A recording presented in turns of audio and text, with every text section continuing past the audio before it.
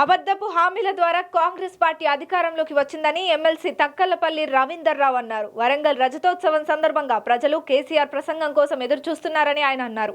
16 నెలల కాంగ్రెస్ పాలనలో అన్ని వర్గాలకి అన్యాయం జరిగిందన్నారు.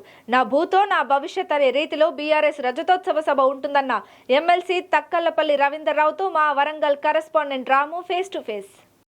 బీఆర్ఎస్ సిల్వర్ జూబ్లీ వేడుకలకు ఏర్పాట్లు కొనసాగుతున్నాయి. మరో 6 రోజుల్లో ఎలకతుర్తిలో బీఆర్ఎస్ భారీ బహిరంగ సభ నిర్వహించనుంది. దీనికి సంబంధించి ఏర్పాట్లకు సంబంధించి ఎప్పటికప్పుడు నాయకులు సమీక్ష నిర్వహించుకుంటూ ఏర్పాట్లను పర్యవేక్షిస్తున్నారు. ప్రస్తుతం మనం ఎలకతుర్తి వద్ద ఉన్న సభా వేదిక దగ్గర ఉన్నాం. ప్రస్తుతం మనతోటి ఎమ్మెల్సీ తక్కలపల్లి రవీంద్రరావు వాళ్ళని తెలుసుకుని ప్రయత్నించారు. చెప్పండి, అసలు మొత్తం ఈ మీటింగ్ ఏ విధంగా ఉంటుంది, మొత్తం ఎన్ని ఎకరాల్లో సభ స్థలాలు ఏర్పాటు చేశారు, సభకు వచ్చే ప్రజల కోసం ఎలాంటి ఏర్పాటు?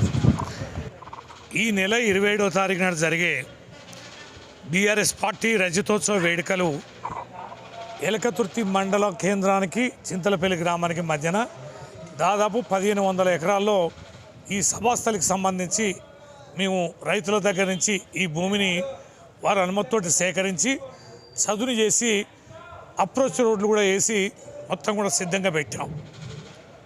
మాకు అర్థమవుతుంది, అనేక ప్రాంతాల నుంచి మా పార్టీ నాయకుల నుంచి కానీ, కార్యకర్తల నుంచి కానీ, ప్రజల నుంచి కానీ వచ్చే సంకేతం చూస్తే వేలాది వాహనాలు, లక్షలాది మంది ప్రజలు వస్తారని. అందుకనే ఫస్ట్ 1000 ఎకరాలు అనుకున్నాం, తర్వాత 1200 ఎకరాలు, ఇప్పుడు 1500 ఎకరాలకు వెళ్ళాం. ఇవన్నీ కూడా ఏంటంటే అన్ని రూట్ల నుంచి వచ్చే వేలాది వాహనాలు కూడా ఎట్లా వస్తాయంటే బస్సులు, ఆర్టీసీ బస్సులు, ప్రైవేట్ బస్సులు, డీసీఎంలు, కార్లు, బొలెరోలు, తుఫాన్లు, టాటా ఏసీలు, టాటా ట్రాలీలు, తర్వాత ప్రైవేట్ కార్లు, సైకిల్ మోటార్లు, ఇట్లా దాదాపుగా 40 నుంచి 50 వేల వాహనాలు వస్తాయని. అందుకనే ఎక్కడ పార్కింగ్ స్థలాలు ఇబ్బంది ఉండొద్దని మేము చదును చేయడమే కాకుండా రోడ్లు కూడా వేసాం. ఆ ప్రాంతాల్లో లైటింగ్ సౌకర్యం కూడా మేము ఏర్పాటు చేస్తున్నాం. పార్కింగ్ స్థలాల్లో కూడా సభాస్థలితో పాటు పార్కింగ్ స్థలాల్లో కూడా మజ్జిగ ప్యాకెట్లు, మంచినీళ్ళు కూడా మేము పెట్టడం జరుగుతుంది. ఏ రకమైన ఇబ్బంది లేదు, బ్రహ్మాండమైన స్పందన ఉంది. 2 అంశాలు, ఒకటి ఓటమి జరిగి సంవత్సరంన్నర అయింది, బ్రహ్మాండ ప్రతిపక్ష పాత్ర వహిస్తున్నాం. కేసీఆర్ గారి మాటలు వినాలని, ఈ సభలో పాల్గొనాలని, 25 సంవత్సరాల ఘట్టాన్ని, అనేక అంశాలని పాలు పంచుకోవాలని, మా కుటుంబం అంతా, బీఆర్ఎస్ కుటుంబం అంతా ఒక దగ్గర కలుసుకోవాలని ఆ ఆలోచనలో, ఆ సంభ్రమాల్లో మా వాళ్ళంతా ఉన్నారు. దీంతోపాటు ప్రజలు కూడా ఏంటంటే విపరీతమైన ప్రభుత్వ వ్యతిరేకత. ఇంత పెద్ద సభ జరుగుతున్నా కూడా బీఆర్ఎస్ ముఖ్య నాయకులు ఇప్పటికీ సభాస్థల దగ్గరికి వచ్చి పర్యవేక్షించలేదు. వాళ్ళలో కొన్ని అనేకత ఉందని చెప్పేసి కొంత కాంగ్రెస్ నాయకులతో పాటు కొంతమంది చర్చించుకున్నారు. ఇక ఆయన చిల్లర బాచి ముచ్చట, చిల్లర ముచ్చట్లు. మమ్మల్ని 3-4 నీడ చూసుకోమని అన్నారు. నన్ను మా పోచంపల్లి శ్రీనివాసరెడ్డి గారిని, పెద్ద సురేష్ బాలమల్లి గారిని, మా వినయ్ భాస్కర్ గారిని, మీరు సభా బాధ్యతలని మాకు ఒకరికి బాధ్యత ఇచ్చారు, చూసుకుంటారు. వారందరూ గ్రౌండ్లో ఉన్నారు.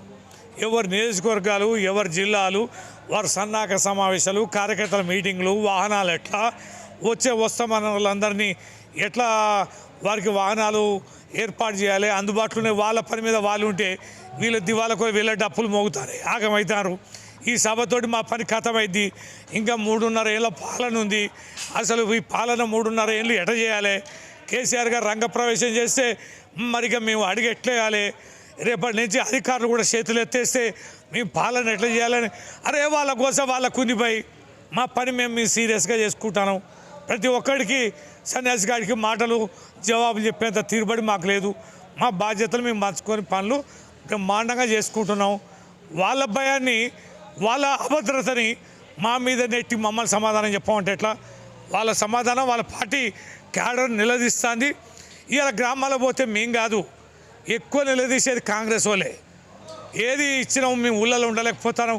రేపు సర్పంచ్ గెలవాలనా లేదా, మేము ఎంపీటీసీ జడ్పీటీసీ గెలవాలనా లేదా, ఏ సంగతి, ఇండ్లు ఏడబాయ్, పెన్షన్లు ఏడబాయ్, మహాలక్ష్మి ఏడబాయ్, తులం బంగారం ఏడబాయ్, కరెంటు పోతుంది, మంచినీళ్ళు గుక్కడు మంచినీళ్ళు లేవు, గ్రామాలలో నీళ్ళ సమస్య తీవ్రంగా ఉంది, పంటలు ఎండిపోతుంది, కరెంటు మోటార్లు కాలిపోతున్నాయి. ఏంది మా గోస? కేసీఆర్ పాలన బాగుండని జనం తిడతారు. ఏం జవాబు చెప్పాలని కాంగ్రెస్ కార్యకర్తలు, కాంగ్రెస్ నాయకులను నిలదీస్తారు. వాళ్ళకి చెప్పుకోండి సమాధానం. ఓవరాల్గా మీటింగ్ ద్వారా ప్రజలకు ఎలాంటి సందేశం? ఈ యొక్క బహిరంగ సభ అనేది ఒక అద్భుతమైన సభ.